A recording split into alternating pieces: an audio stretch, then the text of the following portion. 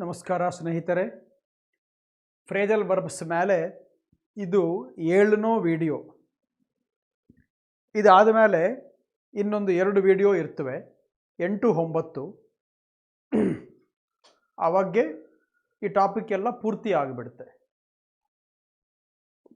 Total 9 ವಿಡಿಯೋಸ್ನಲ್ಲಿ ನೀವು nearly ನಾನು ಹೇಳೋದು 110 ಹಾಗೆ ಬಂದರೆ ಕೂಡ, ಇನ್ನು 120 ಆಗಿ ಬಂದರೆ ಕೂಡ ಮಧ್ಯ ಮಧ್ಯ 2-3 ಫ್ರೇಜಲ್ ವರ್ಬ್ಸ್ಗೆ ಒಂದೇ ಮೀನಿಂಗ್ ಇರುತ್ತೆ ಅಂತ ಕೂಡ ಹೇಳ್ತಾ ಇದ್ದೀನಲ್ಲ.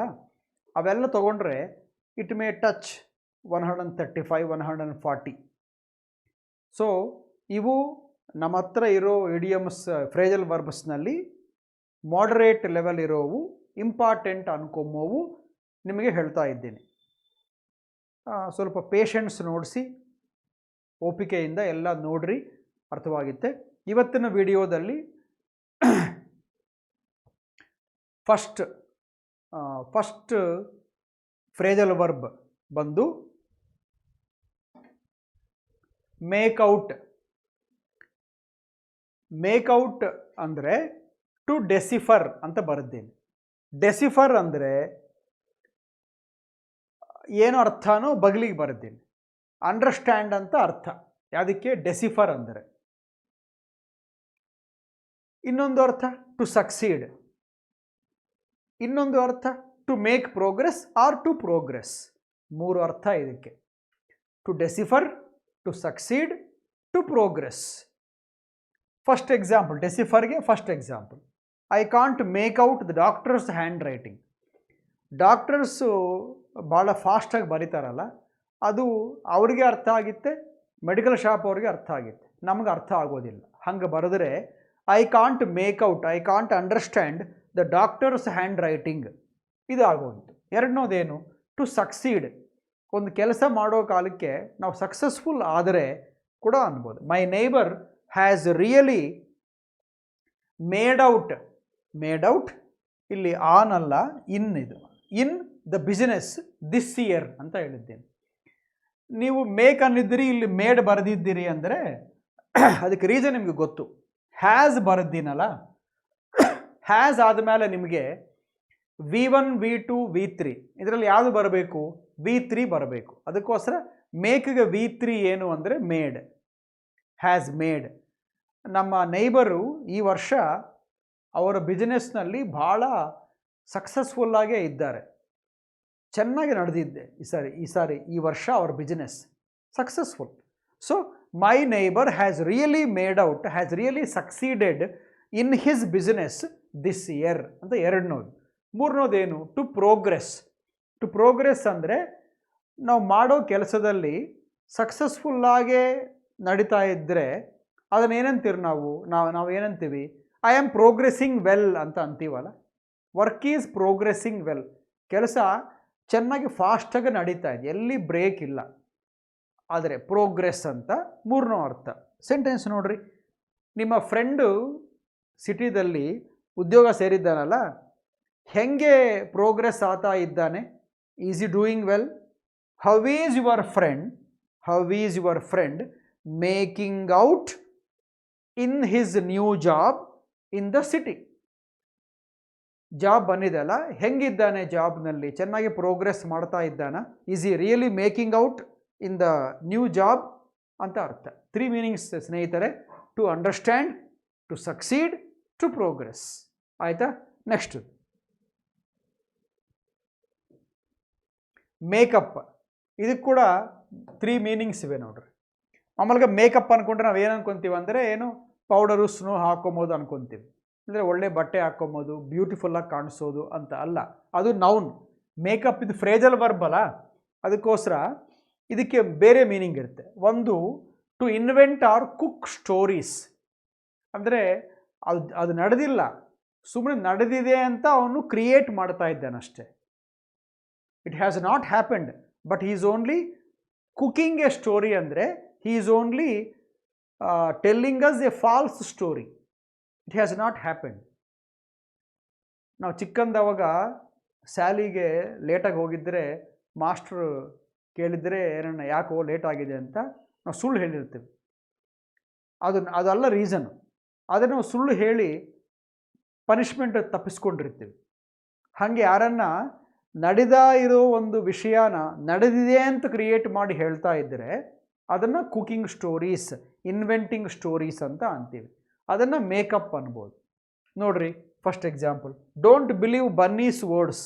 Y? He always makes things up.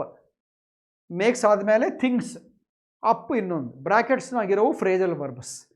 ಮೇಕ್ಸಪ್ ಅಂದರೆ ಇಲ್ಲಿ ಎಂತ ಹೇಳಿದ್ದೀನಿ, ಬನ್ನಿ ಮಾತು ನೀವು ನಂಬಬೇಡ್ರಿ. ಯಾಕಂದರೆ ಅವನು ಯಾವಾಗೂ ಸುಳ್ಳೇ ಹೇಳ್ತಾ ಇರ್ತಾನೆ.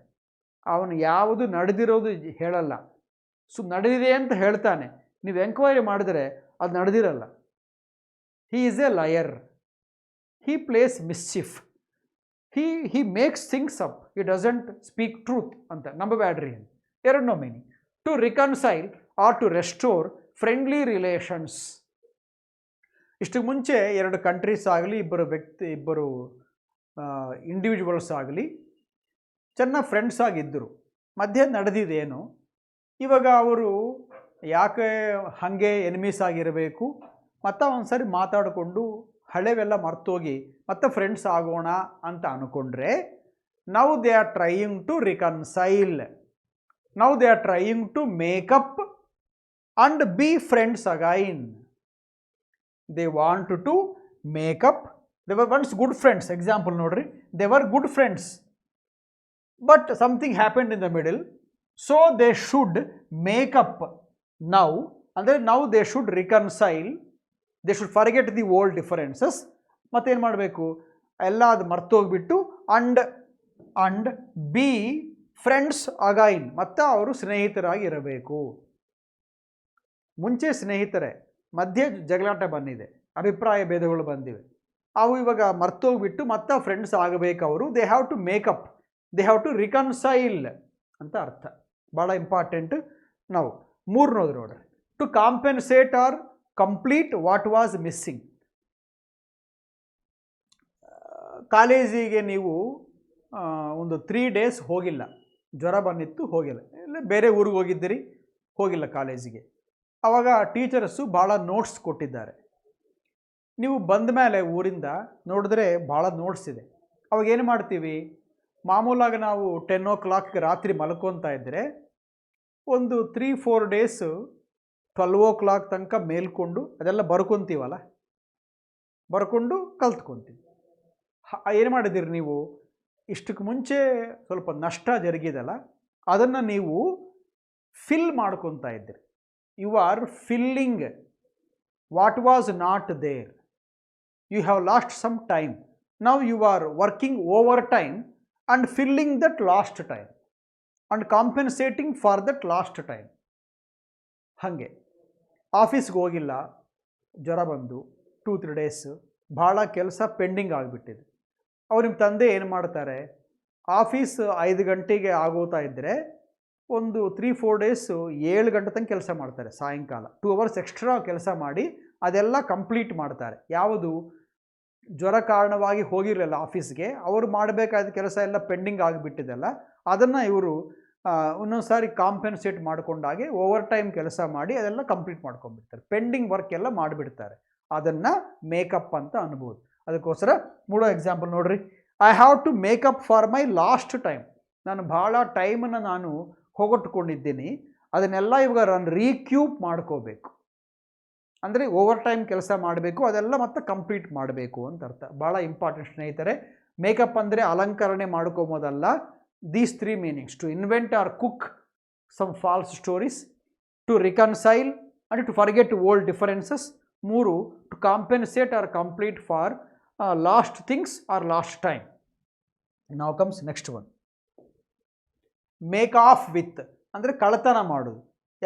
ಯಾರ್ದನ್ನ ದುಡ್ಡು ಹಣ ಹೊತ್ತು ಕಸ್ಕೊಂಡು ಕೈಯಾಗಿಂದ, ಅವ್ರ ಬ್ಯಾಗ್ ಕಸ್ಕೊಂಡು, ಪರ್ಸ್ ಕಸ್ಕೊಂಡು ಓಡೋಗ್ಬೋದು. ಅದನ್ನು ಮೇಕ್ ಆಫ್ ವಿತ್ ಅಂತ ಅಂತೀವಿ. ಸೆಂಟೆನ್ಸ್ ನೋಡ್ರಿ, ಟು ಸ್ಟೀಲ್ ಕಳ್ತನ ಮಾಡೋದು. ಸ್ಪೆಲ್ಲಿಂಗ್ ನೋಡ್ರಿ, STEEL ಅಲ್ಲ, STEEAL. ಇದೇನು ಸ್ಟೀಲ್ ಅಂದರೆ ಏನು ಅರ್ಥ? ಸ್ಟೀಲ್ ಅಂದರೆ ಒಂದು ಮೆಟಲ್. ಅದು ಸ್ಟೀಲ್ ಸಾಮಾನು ಇರ್ತಲ್ಲ ಮನೆಗೆ, ಅನ್ನ ಪುಡಿ ತೊವೆ ಮಾಡ್ಕೊತೀವಲ್ಲ, ಸ್ಟೀಲ್ ಸಾಮಾನುಗಳು, ಸ್ಟೀಲ್ ಪ್ಲೇಟ್ಸ್, ಸ್ಟೀಲ್ ಸ್ಪೂನ್ಸ್. ಸ್ಟೀಲಿಂದ ಕಟ್ಟಿದ್ದಾರಾ ಇದೆಲ್ಲ? ಎಸ್, ಅದು ಒಂದು ಮೆಟಲ್, ಲೋಹ. ಇದು ಸ್ಟೀಲ್, STEAL, ಕಳ್ತನ ಮಾಡೋದು. ಥೀವ್ಸ್ ಸ್ಟೀಲ್ ಮಾಡ್ತಾರೆ. ಓಕೆ, ಮೇಕ್ ಆಫ್ ವಿತ್ ಅಂದರೆ to steal and run away. ಇದು ರಿನ್ ಬಂದು ಬಿದ್ದಿದೆ, ಇದು ರಿನ್ ಅಲ್ಲ, ರನ್. ರನ್ ಅವೇ, ಕಸ್ಕೊಂಡು ಓಡೋಗೋದು. ದ ಥೀಫ್ ಮೇಡ್ ಆಫ್, ಮೇಕಿಗೆ past tense. The thief made off with my money. ನನ್ನ ಹಣ ಹೊತ್ತುಕೊಂಡು ಅವನು ಓಡೋಗಿದ್ದಾನೆ, ಸಿಗಲಿಲ್ಲ, ಕಳ್ಳ ಅವನು. ರೈಟ್. 83. ಮೇಕ್ ಫಾರ್ ಎರಡು ಮೀನಿಂಗ್ ಮತ್ತ. ಒಂದು to move towards a place, ಇನ್ನೊಂದು to result in or to be received as. ಇದು ಈಸಿನೇ, ಎರಡನ್ನೂ ಸ್ವಲ್ಪ ಜಾಗ್ರತೆ ಕೇಳ್ರಿ. ಫಸ್ಟ್ದು, ಎಲ್ಲಿಗನ್ನ ಒಂದು ಸಿಟಿಗೆ, ಟೌನ್ಗೆ, ಒಂದು ಕಡೆಗೆ ಹೋಗ್ತಾ ಇದ್ದರೆ ಅದನ್ನು ಮೇಕ್ ಫಾರ್. ನೆನಪಿಗಿದ್ದರೆ ನಿಮಗೆ ಅರ್ಲಿಯರ್ ವಿಡಿಯೋದಲ್ಲಿ ನಾನು ಹೆಡ್ ಫಾರ್ ಅಂತ ಹೇಳಿದ್ದೀನಿ. ಹೆಡ್ ಫಾರ್, ಅವಾಗ ಏನು ಎಕ್ಸಾಂಪಲ್ ಹೇಳಿದೆ ಕ್ಲಾಸ್ನಲ್ಲಿ? We are heading for the Chamundi hills. ನಾವು ಚಾಮುಂಡಿ ಬೆಟ್ಟಕ್ಕೆ ಹೋಗ್ತಾ ಇದ್ದೀವಿ. We are heading for the Brindavan gardens. We are heading for the Visvesvaraya museum. We are heading for the Lalbagh ಅಂತ. ಆರ್ ಎಲೆಕ್ಟ್ರಾನಿಕ್ ಸಿಟಿಗೆ ಹೋಗ್ತಾ ಇದ್ದೀವಿ ನಾವು. We are heading for electronic city ಅಂತ ಅರ್ಥ. ಹೆಡಿಂಗ್ ಫಾರ್ ಇದು ಅಂತಾದೆ, ಸೇಮ್ ಮೀನಿಂಗೇ, ಆದರೆ ಮೇಕ್ ಫಾರ್. ಏನಂತ ಹೇಳಿದ್ದೀನಿ? To move towards a place ಒಂದು example. We are making for the city, ನಾವು ಸಿಟಿ ಕಡೆಗೆ ಹೋಗ್ತಾ ಇದ್ದೀವಿ. ಇನ್ನೊಂದು ಏನು ಹೇಳಿದ್ದೀನಿ? ಒಂದು ಕೆಲಸ ಒಂದು ವಿಧವಾಗಿ ರಿಸಲ್ಟ್ ಕೊಟ್ಟರೆ, లేదా ಆರ್ ಒಂದು ಕೆಲಸನ ನಾವು ಹೀಗೆ ಅರ್ಥ ಮಾಡಿಕೊಂಡ್ರೆ ಅದನ್ನು ಕೂಡ ಮೇಕ್ ಫಾರ್ ಅಂತ ಅನ್ಬೋದು. ಎಕ್ಸಾಂಪಲ್ ನೋಡ್ರಿ, job descriptions never make for exciting reading. ಅಂದರೆ ಏನರ್ಥ? ಪೇಪರ್ನಲ್ಲಿ, ಮ್ಯಾಗಝೈನ್ಸ್ನಲ್ಲಿ ಜಾಬ್ ಡಿಸ್ಕ್ರಿಪ್ಷನ್ಸ್ ಕೊಟ್ಟಿರ್ತಾರಲ್ಲ, ಅಂದರೆ ಈ ಕ್ವಾಲಿಫಿಕೇಷನು ಇದಿರಬೇಕು, ಇದಿರಬೇಕು, ಇದು ಗೊತ್ತಿರಬೇಕು, ಇದು ಬಂದಿರಬೇಕೆಲ್ಲ ಹೇಳ್ತಾ ಇರ್ತಾರಲ್ಲ, ಅದೆಲ್ಲ ಸಣ್ಣ ಫಾಂಟ್ನಲ್ಲಿ ಕೊಟ್ಟಿರ್ತಾರೆ. ಅಂಥವು ಭಾಳ ಜನ ಓದ್ತಾರ ಸ್ನೇಹಿತರೆ. ಯಾರಿಗೆ ಜಾಬ್ಸ್ ಬೇಕೋ, ಅನ್ಎಂಪ್ಲಾಯೀಸು ಜಾಬ್ಸ್ ಬೇಕಾ ಅಂಥವರು ಅದನ್ನು ನೋಡ್ತಾರೆ. ಆದರೆ ಭಾಳ ಜನ ಪೇಪರ್ ಯಾಕೆ ನೋಡ್ತಾರೆ? They look into papers or the read papers for exciting news. ಅವರಿಗೆಲ್ಲ ಸೆನ್ಸೇಷನಲ್ ನ್ಯೂಸ್ ಬೇಕು, ಎಲ್ಲ ಬ್ರೇಕಿಂಗ್ ನ್ಯೂಸ್ ಇರಬೇಕು. ಅದಕ್ಕೋಸ್ಕರ ಪೇಪರ್ ನೋಡ್ತಾರೆ, ಅದಕ್ಕೋಸ್ಕರ TV ನೋಡ್ತಾ ಇರ್ತಾರೆ. ಅದಕ್ಕೆ job descriptions, advertisements, they don't make for exciting reading. They don't make for ಅಂದರೆ they don't result in exciting reading. They are not received as exciting news by those who read. ಅದನ್ನು ಓದೋರು ಭಾಳ ಚೆನ್ನಾಗಿದೆ ಇದು ಅಂತ ಓದಲ್ಲ, ಇಂಟ್ರೆಸ್ಟ್ ನೋಡ್ಸಲ್ಲ ಅಂಥವಾದ ಮೇಲೆ. ಯಾಕಂದರೆ ಎಕ್ಸೈಟ್ಮೆಂಟ್ ಯಾತರೂ ಇಲ್ಲ ಅಲ್ಲಿ. ಅದು ಜಾಬ್ ಅಡ್ವರ್ಟೈಸ್ಮೆಂಟ್. ಅದು ಯಾರಿಗೆ ಬೇಕಾಗಿತ್ತೆ? ಜಾಬ್ ಇಲ್ದವ್ರಿಗೆ ಬೇಕಾಗಿತ್ತೆ. ಅದು ಕೂಡ ಏನು, ಆ ಕ್ವಾಲಿಫಿಕೇಷನ್ ಯಾರಿಗಿರ್ತೋ ಅವ್ರಿಗೇ ಅದು ಇಂಟ್ರೆಸ್ಟಿಂಗ್ ಇರುತ್ತೆ, ಬೇರೆಯವ್ರಿಗೆ ಇರೋದಿಲ್ಲ. ನಾನು ಗ್ರ್ಯಾಜುಯೇಷನ್ ಮಾಡಿದ್ದೀನಿ ಅಂದರೆ ನಾನು MAನೋ ಇನ್ನೊಂದು MScನೋ ಮಾಡಿದ್ದೀನಿ. ಅದು ನೋಡಿದ್ರೆ ಓನ್ಲಿ ಫಾರ್ MTech ಅಂತ ಬರೆದಾರೆ ಅಂದ್ಕೊಂಡ್ರೆ, why should I show interest in it? It doesn't apply to me, so I don't take interest in it. It is not exciting for me. ಹಾಗೆ ಅದಕ್ಕೋಸ್ಕರ job descriptions never make for exciting reading. ಅಂದರೆ they are never received as exciting articles by the people who read the papers. ಇದು ಭಾಳ important. ಜಾಗ್ರತವಾಗಿ ಇನ್ನೊಂದು sorry video ನೋಡಾಗಲಿ, ಬರ್ಕೊಂಡಾಗಲಿ ರಿಪೀಟಾಗಿ ಅನ್ಕೊಳ್ರಿ. ಇದಕ್ಕಂತ ಇದು ಭಾಳ important. Second meaning ಏನದು? To result in, to be received as. ನಾವು next nail down ಅಂದರೆ ನಾವು ಮಳೆ ಹೊಡಿತೀವಲ್ಲ ಗೋಡೆನಕ್ಕೆ. ಮಳೆ ಹೊಡೆದಾಗ ಎಲ್ಲಿ ನಾವು ಆ ಮಳೆ ಎಡ್ಜ್ ಲಾಸ್ಟ್ ಅದು ಶಾರ್ಪಾಗಿರ್ತಲ್ಲ, ಅದು ಎಲ್ಲಿ ಇಟ್ಟಿದ್ದೀವೋ ಅಲ್ಲಿ ಮಾತ್ರನೇ ಅಲ್ಲ ಹೋಲ್ ಬೀಳೋದು. ಅಂದರೆ ಸ್ಪೆಸಿಫಿಕ್. ಗೋಡೆ ಎಲ್ಲ ಬೀಳುತ್ತೆ, ಬೊಕ್ಕೆ ಇಲ್ಲಲ್ಲ, ಅದು ಅಲ್ಲಿ ಮಾತ್ರ ಬೊಕ್ಕೆ ಬೀಳುತ್ತೆ.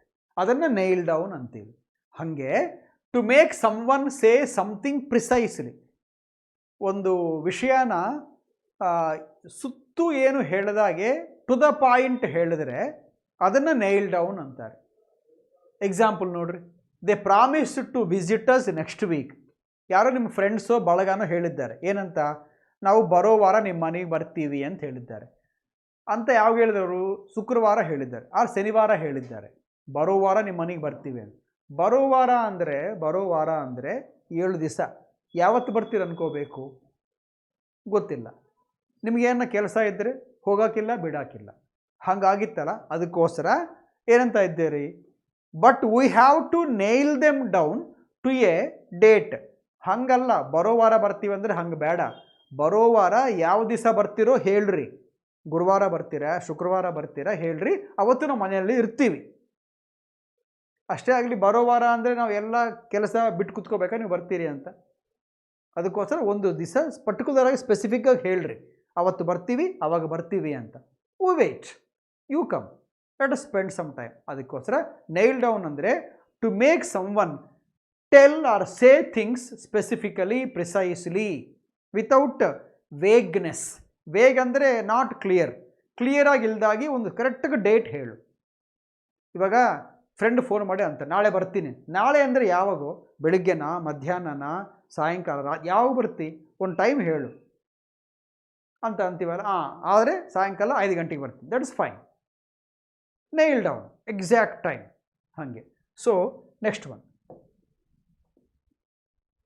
ನಾಡ್ ಆಫ್ ಅಂದರೆ ಒಂದೊಂದು ಸಾರಿ ನಮಗೆ ಸಿನಿಮಾ ನೋಡ್ತಾ ಇದ್ದೀವಿ, ಇಂಟ್ರೆಸ್ಟ್ ಇಲ್ಲ, ಬೋರ್ ಹೊಡಿತಾ ಇದೆ. ಒಂದು ಲೆಸನ್ ಕೇಳ್ತಾ ಇದ್ದೀವಿ ಕ್ಲಾಸ್ನಲ್ಲಿ, ಬೋರ್ ಹೊಡಿತಾ ಇದೆ, ಎಸ್ಪೆಷಲಿ ಇಂಗ್ಲೀಷ್ ಲೆಸನ್, ಬೋರ್ ಹೊಡಿತಾ ಇದೆ. ಆವಾಗ ನಾವು ಕ್ಲಾಸ್ನ ಎಲ್ಲಿ ಮಾಡ್ತೀವಿ? ನಿದ್ದೆ ಹೋಗ್ತಾ ಇರ್ತೀವಿ, ನಿದ್ದೆ ಬರ್ತಾ ಇರುತ್ತೆ. ಅದನ್ನು ನಾಡ್ ಆಫ್ ಅಂತಾರೆ. ಟು ಫಾಲ್ ಅಸ್ಲೀಪ್, ನಿದ್ದೆ ಹೋಗೋದು, ತೂಗೋದು. ಸೆಂಟೆನ್ಸ್ ನೋಡಿ, the film was so boring that. ಆ ಫಿಲ್ಮ್ ಎಷ್ಟು ಬೋರಿಂಗ್ ಅಂದರೆ I nodded off, past tense. Was ಅನ್ನಿದ್ದೀನಲ್ಲ, ಅದಕ್ಕೆ ಪಾಸ್ಟ್ ಟೆನ್ಸ್. ನಾಡಿಗೆ ನಾಡೆಡ್, ನಾಡೆಡ್ ಆಫ್. ಎಲ್ಲಿ? In the theatre. ಅಲ್ಲೇ ಇದ್ದೋಗ್ಬಿಟ್ಟಿದ್ದೆ ನಾನು. ಯಾವ್ದು ನೋಡೋ ಕೆಲಕ್ಕೆ ಮನಸ್ಸೇ ಹುಟ್ಟಿಲ್ಲ ನನಗೆ, ಅಷ್ಟು ಬೋರ್ ಹೊಡಿತಾ ಇದೆ. ಅದಕ್ಕೋಸ್ಕರ I just nodded off in the theatre. My friends watched. Right. Nose about, nose around. ಅಲ್ಲಿ ಮೀನಿಂಗು ಸ್ವಲ್ಪ ಬಿದ್ದಿಲ್ಲ ಸ್ನೇಹಿತರೆ, ನಾನು ಹೇಳ್ತೀನಿ. ನೋಸ್ ಅಬೌಟ್, ನೋಸ್ ಅರೌಂಡ್ ಅಂದರೆ ಯಾರನ್ನ ನಮ್ಮನ್ನು ಪ್ರತ್ಯೇಕವಾಗಿ ಅಬ್ಸರ್ವ್ ಮಾಡ್ತಾ ಇದ್ದರೆ, ನಮ್ಮನ್ನೇ ಡಿಟೆಕ್ಟ್, ನಮ್ಮನ್ನೇನೋ ಅವರು ನೋಟಿಸ್ ಮಾಡ್ತಾ ಇದ್ದರೆ, ಬೆಳೆದಾಗಿ ಹಾಗೇ ನೋಡ್ತಾ ಇದ್ದರೆ, ಇಲ್ಲದ್ರೆ ನಾವು ಏನು ಮಾಡ್ತಾ ಇದ್ದೀವೋ ನೋಡೋಣ ಅಂತ ಮಾತಿಗೂ ಬಂದು ಹೋಗ್ತಾ ಇದ್ದರೆ, ಅಲ್ಲಲ್ಲೇ ತಿರುಗುತ್ತಾ ಇದ್ದರೆ ನಮಗೆ ಸ್ವಲ್ಪ ಎಂಬರಾಸ್ ಆಗಿರ್ತಲ್ಲ, ಪ್ರೈವಸಿ ಎಲ್ಲ ಹೋಗಿದೆ ಅಂತ, ಹಾಗೆ ಅದು. So nose about, nose around ಅಂದರೆ to observe somebody which causes them uneasiness, to detect, to eye somebody, to spy somebody which will result in uneasiness for them. ಒಂದ್ಸರಿ ನೋಡ್ಬೋದು, ಅಷ್ಟೇ ಆಗಲಿ. ಹಾಗೇ ನೋಡ್ತಾ ಇದ್ದರೆ ನಮಗೆ ಸ್ವಲ್ಪ ಇಬ್ಬಂದಿ ಇರ್ತಲ್ಲ, ಹೆಂಗೆ ಹ್ಯಾಕೆ ಹಂಗೆ ನೋಡ್ತಿ ಅಂತೀವಲ್ಲ ನಾವು ಓದ್ಕೊತಾ ಇದ್ದೀವ ಇಲ್ಲ ಅಂತ. ಒಂದು ಸಾರಿ ಹಾಗೆ ತಂದೆ ಆಗಿ ತಾಯಿ ಆಗಿ ಹೋದರೆ, ನೋಡ್ಕೊತ ಹೋದರೆ ಓಕೆ ಫೈನ್. ಹಂಗೆ ಅಲ್ದಾಗಿ ಮಾತಿಗೂ ಬಂದು ನೋಡಿ ಓದ್ತಾ ಇದ್ದರೆ ನಮಗೇನಂತೀವಿ? ಅಷ್ಟು ನಂಬೋದಿಲ್ಲ ನಮ್ಮ ನೀವು ಅಂತ ಅನ್ಕೊತೀವಲ್ಲ, ಅನೀಸಿಗಿರ್ತೀವಲ್ಲ. ಅದಕ್ಕೋಸ್ಕರ ಅದನ್ನು ನೋಸ್ ಅರೌಂಡ್, ನೋಸ್ ಅಬೌಟ್ ಅಂತಾರೆ. ಸೆಂಟೆನ್ಸ್ ನೋಡ್ರಿ, he doesn't like if anyone noses about or noses around in his room. ಯಾರನ್ನ ಅವನ ರೂಮ್ ಹತ್ತಿರ ಮಾತಿಗೂ ಓಡಾಡ್ತಾ ಇದ್ದರೆ, ಕಿಟಕಿನಾಗಿಂದ ನೋಡ್ತಾ ಇದ್ದರೆ, ತೊಂಗಿ ನೋಡ್ತಾ ಇದ್ದರೆ ಅವನಿಗೆ ನಚ್ಚೋದಿಲ್ಲ. ಅವನು he feels he was nosed about, nosed around. ಅವನಿಗೆ ಸ್ವಲ್ಪ ಅದು ಎಂಬರಾಸಿಂಗ್ ಆಗಿರ್ತೀವಿ, ನಚ್ಚಲ್ಲ ಅವನಿಗೆ. ಬಿಟ್ಕೊಳ್ರಿ. To observe somebody, to spy somebody, or to not to give them freedom, it is nothing about. ನಾವು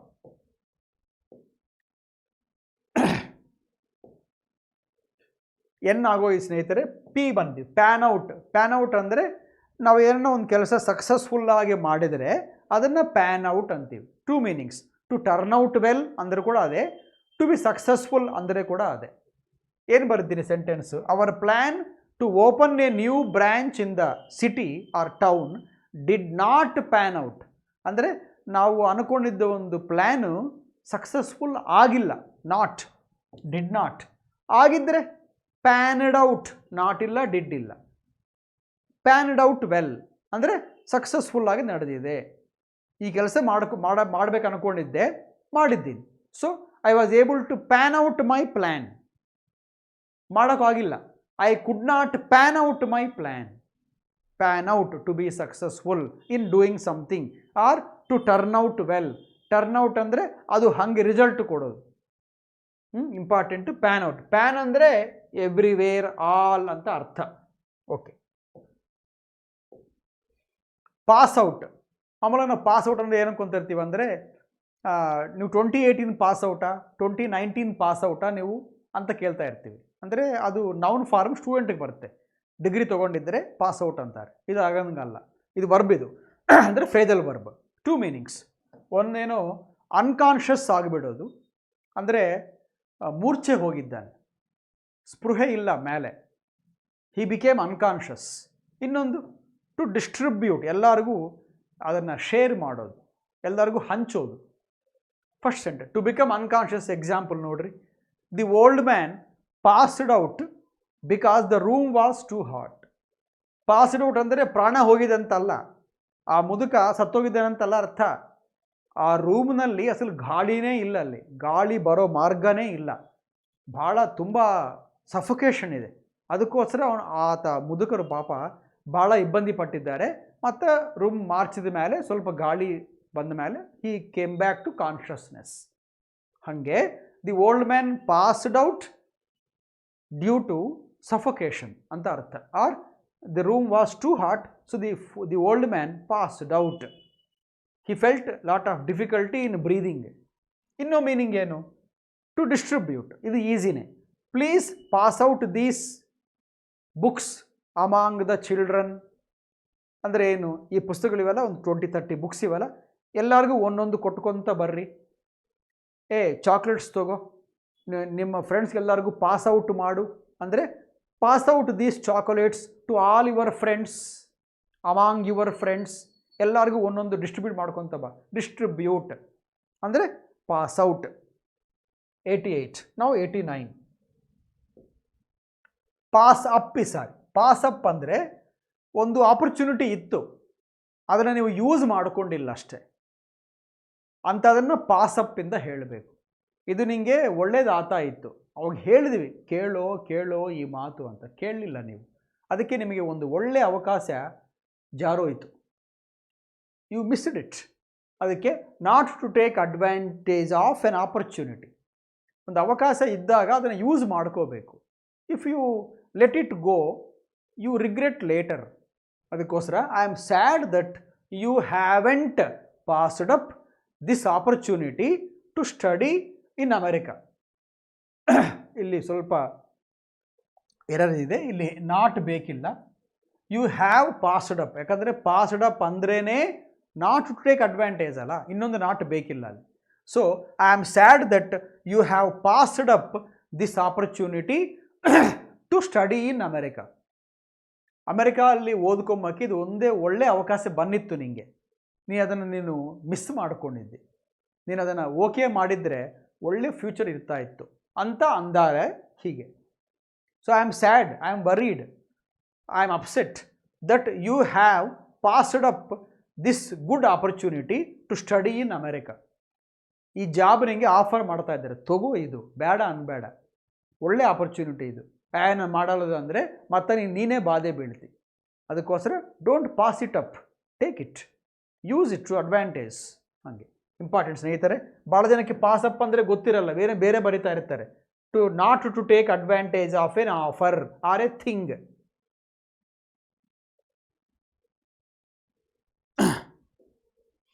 ಪೇ ಆಫ್ ಒಂದು ಮಾಮೂಲು ಸ್ಟ್ರೈಟ್ ಮೀನಿಂಗ್ ಏನು ಗೊತ್ತಾ? ಪೇ ಆಫ್ ಅಂದರೆ ದುಡ್ಡು ಕೊಡೋದು. Pay off online, pay off ಪೇಟಿಎಮ್ನಲ್ಲಿ ಕಳಿಸ್ರಿ, ಆರ್ ಸಮ್ ಬೇರೆ ಫೋನಿಂದ ಕಳಿಸ್ರಿ ಮನಿನ ಅಂತ ಇರ್ತೀರಲ್ಲ, ಅದು ಪೇ ಮಾಡೋದು, ಅದೊಂದು ಮೀನಿಂಗ್ ಇದೆ. ಇದು ಆ ಮೀನಿಂಗ್ ಅಲ್ಲ. ಪೇ ಆಫ್ ಅಂದರೆ ಟು ಈಲ್ಡ್, ಕೊಡೋದು, to yield good results. Yield ಅಂದರೆ give, to give good results. ನೀನು ಭಾಳ ಹಾರ್ಡ್ ವರ್ಕ್ ಮಾಡಿದ್ದಿ ಕಣೋ, ಅದಕ್ಕೆ ನೀನು ಇವಾಗ ಈ ರಿಸಲ್ಟು ತೊಗೊತಾ ಇದ್ದಿ. All your hard work is paying off now. Example ನೋಡ್ರಿ, all her hard work is paying off now. ಅವ್ರು ಮಾಡಿರೋ ಹಾರ್ಡ್ ವರ್ಕ್ ಎಲ್ಲ ಇವಾಗ ನೋಡಿಸ್ತಾ ಇದೆ, ರಿಸಲ್ಟ್ ಕೊಡ್ತಾ ಇದೆ. ಅಂದರೆ they are receiving good results ನಾವು. All the hard work put in by the farmers is paying off ನಾವು. They are reaping the harvest. ರೈತರು ಭಾಳ ಕಷ್ಟಬಿಟ್ಟಿದ್ದಾರೆ, 6-7 ತಿಂಗಳು ಭಾಳ ಶ್ರಮೆ ತೊಗೊಂಡಿದ್ದಾರೆ. ಅದಕ್ಕೆ ಸ್ವಲ್ಪ ದುಡ್ಡು ಕಾಣಿಸ್ತಾ ಇದೆ ಕಣ್ಣಿಗೆ. ಒಳ್ಳೆ ಕ್ರಾಪ್ ಬಂದಿದೆ ಈ ಸಾರಿ, ಒಳ್ಳೆ ರಿಸಲ್ಟ್ ಈ ಸಾರಿ. ಅದಕ್ಕೋಸ್ಕರ ದಂಡೆಗೆ ನೆಲ್ಲು ಬಂದಿವೆ, ರಾಗಿ ಬಂದಿವೆ, ಜ್ವಾಳ ಬಂದಿವೆ. ಯಾಕೆ? ಕಷ್ಟಪಟ್ಟಿದ್ದಾರೆ ರಾತ್ರಿ ಹಗಲು. ಅದಕ್ಕೋಸ್ಕರ they are getting good results. Whenever we make hard work sincerely, we receive the good results. ಅಂದರೆ our hard work definitely pays off. It gives us good results. Next 91 play down. Play down ಅಂದರೆ serious ಆಗಿ ತಗೋಬೇಕಾಗಿದ್ದು ಒಂದು ವಿಷಯನ ನಾವು ಲೈಟಾಗಿ ತೊಗೊಂಡ್ರೆ, ಅದನ್ನು ಇಗ್ನೋರ್ ಮಾಡಿದ್ರೆ ಅದನ್ನು ಪ್ಲೇ ಡೌನ್ ಅಂತ ಅಂತೀವಿ. ಅಂದರೆ ಪಾಸಪ್ ಅಂದರೆ ಇಷ್ಟು ಮುಂಚೆ ಅಲ್ಲ, ಅಂದರೆ not to use the opportunity. ಇದು ಕೂಡ ಅಂತ ಇದೆ. ಒಂದು ಸೀರಿಯಸ್ಸು ಇದು, ನೀನು ಅದನ್ನು ನೆಗ್ಲೆಕ್ಟ್ ಮಾಡ್ತಾ ಇದೆಯಾ ಅಂದರೆ, ಯಾರೋ ಒಂದು ಕಾಮೆಂಟ್ ಮಾಡಿದ್ದಾರೆ ಪ್ರೆಸಿಡೆಂಟ್ ಮೇಲೆ, ಎಲ್ಲೋ ಅಮೆರಿಕಾದಲ್ಲೋ ಎಲ್ಲೋ, ಅದು ಸೀರಿಯಸ್ಸೇ. ಆದರೆ ಪ್ರೆಸಿಡೆಂಟ್ ಅವರು ಅದನ್ನು did not take it seriously. ಅಷ್ಟೇನು ಸೀರಿಯಸ್ ಅಲಿಗೇಷನ್ ಅಲ್ಲೇಳು ಅಂತ ಅವರು ಅದನ್ನು ನಿರ್ಲಕ್ಷ್ಯ ಮಾಡಿದ್ದಾರೆ. ಅದಕ್ಕೆ ಕೊಡಬೇಕಾಗಿದ್ದ ಇಂಪಾರ್ಟೆನ್ಸು ಕೊಟ್ಟಿಲ್ಲ. He played down the comments, the allegations, but the proved out to be his disaster. ಆದರೆ ಎಲೆಕ್ಷನ್ಸ್ ಬಂದಾಗ ಈ ಎಲಿಗೇಷನ್ಸೇ ಅವರಿಗೆ ಭಾಳ ಡೇಂಜರ್ ಆಗಿ ಚೇಂಜ್ ಆಗಿಬಿಟ್ಟಿವೆ. ಅವರು ಸೋತೋದ್ರು ಎಲೆಕ್ಷನ್ಸ್ನಲ್ಲಿ. ಅವತ್ತೇ ಅದನ್ನು ಪ್ಲೇ ಡೌನ್ ಮಾಡಿದಾಗಿ ಸೀರಿಯಸ್ ಆಗಿ ತೊಗೊಂಡಿದ್ದರೆ ಇಂಥ ಪರಿಸ್ಥಿತಿ ಬಂದಿರೋದಲ್ಲ ಇವಾಗ. Why? He played down those allegations. ನೋಡ್ರಿ, the president has tried to play down the allegations against him. Allegations ಅಂದರೆ ಆರೋಪಣೆ. ದುಡ್ಡು ತಿಂದಾರೆ, ಮಕ್ಕಳಿಗೆ ಕೊಟ್ಕೊಂಡಿದ್ದಾರೆ ಕಾಂಟ್ರಾಕ್ಟ್ಸ್ ಎಲ್ಲ, ಬಿಲಿಯನ್ಸ್ ಆಫ್ ಡಾಲರ್ಸ್ ಎಲ್ಲ ಕೈ ಚೇಂಜ್ ಆಗಿಬಿಟ್ಟಿವೆ, ಎಲ್ಲ ಇವರಿಗೆ ಸೇರಿವೆಲ್ಲ ರಾತ್ರಿಗೆ ಅಂತ ಅಲಿಗೇಷನ್ಸ್ ಬಂದಾಗ, ಅಲಿಗೇಷನ್ಸ್ ನಿಜವಾ, ಪ್ರೂವ್ ಮಾಡಿರಿ ಅಂತ ಫೈಟ್ ಮಾಡೋದು ಬಿಟ್ಬಿಟ್ಟು ಅವರ ಏನಾಗಿತ್ತು ಹೋಗೋ ಅನ್ನಿದ್ದಾರೆ. ಅದೇ ಆಗಿದೆ ಎಲೆಕ್ಷನ್ಸ್ನಲ್ಲಿ, ಅದೇ ಅವರ ಡಿಫೀಟ್ಗೆ ಕಾರಣವಾಗಿದೆ. So don't play down when somebody makes a serious allegations with evidence. Evidence ಇಲ್ದಾಗಿ ಮಾತಾಡ್ತಾ ಇದ್ದರೆ ಡೋಂಟ್ ಟೇಕ್ ಇಟ್ ಸೀರಿಯಸ್ಲಿ. ಆದರೆ ಒಳ್ಳೆ ಜನ ನಮಗೇನನ್ನ ಒಂದು ಸ್ವಲ್ಪ ಎಚ್ಚರಿಕೆ ಕೊಟ್ಟರೆ ಅದನ್ನು ಪ್ಲೇ ಡೌನ್ ಮಾಡಕೂಡದು ನಾವು. If anybody who wishes our good tells us a few things to be careful, we should not play down those things. We should take them seriously, otherwise it proves costly. ಅದಕ್ಕೋಸ್ಕರ the president has tried to play down the allegations against him. ಭಾಳ important ಸ್ನೇಹಿತರೆ ಇದು. ಮೊನ್ನೆ ಕೊಟ್ಟಿದ್ದು Donald Trump has tried to play down the allegations made against him by his opponent ಅಂತ ಕೊಟ್ಟಿದ್ದರು ಮೊನ್ನೆ ಪೇಪರ್ನಲ್ಲಿ. ನೆನಪಿಗೆ ಬಂದು ಅದೇ ಬರೆದ್ದೀನಿ ಅಷ್ಟೇ ಇವಾಗ. Okay, pop across. ನೋಡಿ, 4 ಫ್ರೇಜಲ್ ವರ್ಬ್ಸ್ ಇವೆ. Pop across, pop over, pop down, pop out. ಎಲ್ಲದಕ್ಕೂ ಒಂದೇ ಮೀನಿಂಗೆ. 4 ಕಲಿತಾ ಇದ್ದೀರಿ ಅಂದರೆ ಒಂದು ಕಲಿದ್ರೆ +3 ಬರ್ತಾವೆ ಇವಾಗ. ಅದಕ್ಕೋಸ್ಕರ 4 phrasal verbs. Pop across, pop over, pop down, pop out ಅಂದರೆ ಮೀನಿಂಗ್ ಏನೋ ಒಂದೇ. ಏನದು? ಒಂದು ಕಡೆಗೆ ಫಾಸ್ಟಾಗಿ ಬಂದು ಫಾಸ್ಟಾಗಿ ಫರಕ್ ಹೋಗ್ತಾ ಇದ್ದರೆ ಅದನ್ನು pop across, pop down, pop over, pop out ಅಂತ ಇರ್ತೀವಿ. ಸೆಂಟೆನ್ಸ್ ನೋಡ್ರಿ. They popped, past tense, popped. They popped across, out, down and over. ಎಲ್ಲಿಗೆ? To the shop to buy a piece of cake. ಅವರು ಫಾಸ್ಟಾಗಿ ಬಂದಾರೆ ಶಾಪನಕ್ಕೆ, ಕೇಕ್ ಕೊಂಡ್ಕೊಂಡಿದ್ದಾರೆ. ಅಷ್ಟೇ ಫಾಸ್ಟಾಗಿ ಹೊರಟೋಗ್ಬಿಟ್ಟಿದ್ದಾರೆ, 1 ನಿಮಿಷ ಕೂಡ ನಿಂತುಕೊಂಡಿಲ್ಲ. ಆತ ಏನೋ ಹೇಳ್ದ, ಶಾಪ್ ಕೀಪರ್ ದುಡ್ಡು ಹೇಳ್ದ, ಆ ದುಡ್ಡಲ್ಲಿ ಬಿಟ್ಬಿಟ್ರು, ತೊಗೊಂಡು ಔಟ್. ಅವರು ಹೊರಡಿದ್ರು. ಟೈಮಲ್ಲಿ ಅವರು ಸ್ಪೆಂಡೇ ಮಾಡಿಲ್ಲ.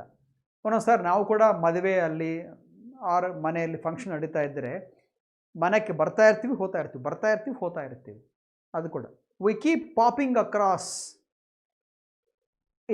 To our house because we have to work like that day.